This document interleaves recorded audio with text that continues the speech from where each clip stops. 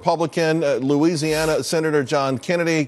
Senator Kennedy sits on the Budget and Judiciary Committee. Senator, thanks for joining us. You bet, Charles. A lot of discussion, a lot of debate of whether or not President Trump has A, the authority, and B, if this is even necessary. What do you say to those things? I don't share the hysteria of some of my colleagues about the president's use of the National Emergencies Act. I mean, it doesn't scare me. Look, I just watched this week, we all did, a southern state allow some well-intentioned crazies to piss away 25,000 six-figure jobs in the New York minute. That scares me. The National Emergencies Act does not scare me. The president is using powers given to him by Congress. Past presidents have used the statute 60 times, 2 to move money around. It will undoubtedly be litigated. Anybody who knows a law book from an LLB catalog understands that ultimately the U.S. Supreme Court will give us some guidance on this. So in the meantime, the president's going to do the very best job that he can to secure our border, and that's his only sin. For 25 years, Charles, I have watched big government Republicans and Ritz-Carlton Democrats in this town refuse to enforce America's immigration laws. And Trump's only sin is that he is abiding by the rule of law. He's enforcing the law. And any fair-minded person knows you cannot secure 1,900 miles of real estate without a barrier.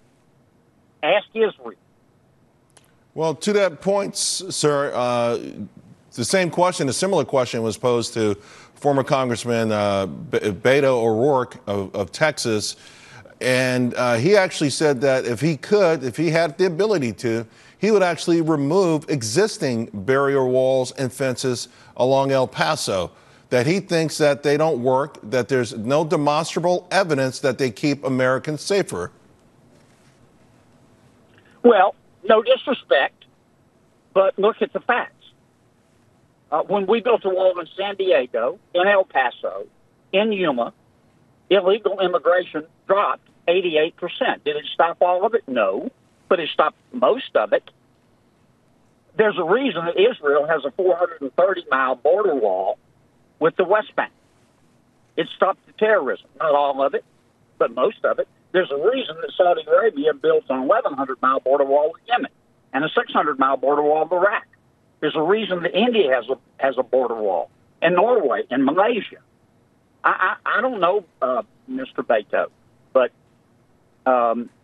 if he thinks border walls don't work, if he thinks we ought to tear them down after the American people spent billions of dollars of their hard-earned money, then Mr. Beto's just wrong. He and Willie have been smoking some dope together. I want to ask you about, and you alluded to it earlier about knowing the law. It does feel to me, when I listen closely to Nancy Pelosi and the questions that were posed here this week, that she probably realizes ultimately a legal challenge will fail. So she has redirected her attack on this national emergency by suggesting that, well, maybe Republicans were rude today that this was used because ultimately a Democratic senator will be able to use it to enforce their own version of gun control laws, their own actions against climate change, and a variety of other topics. Are you worried that at some point a Democratic president will be able to use national emergencies to circumvent Congress and to put out their own laws? Well, Speaker Pelosi, for whom I have a great respect, is making the argument that a future Democratic president wouldn't have enough sense, or his or her staff wouldn't have enough sense, to understand that the National Emergencies Act exists and has been used 60 times by former presidents.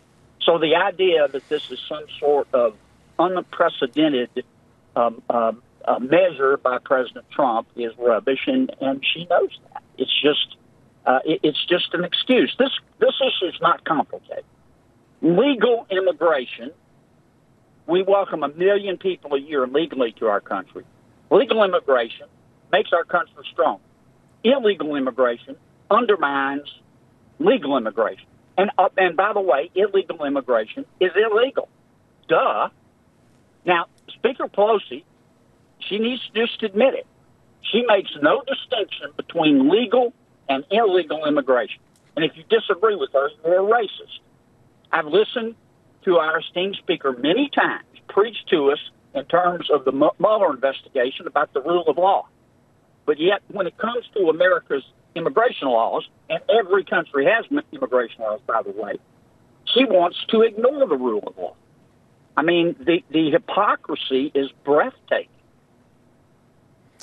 Senator Kennedy, thank you very, very much. We always appreciate your thoughts, and I'll relay your thoughts to the citizens of New York City exactly what happened to them in the New York City in New York Minute with the Amazon News. Sir, thank you. Well, kudos to Governor Cuomo. We don't agree a lot, but at least by God, he tried. He did try. At least he tried. Yeah. Well, now maybe he'll just start to lower taxes. That's another way he can maybe fix it for the future. Sir, thank you very much. Always appreciate it.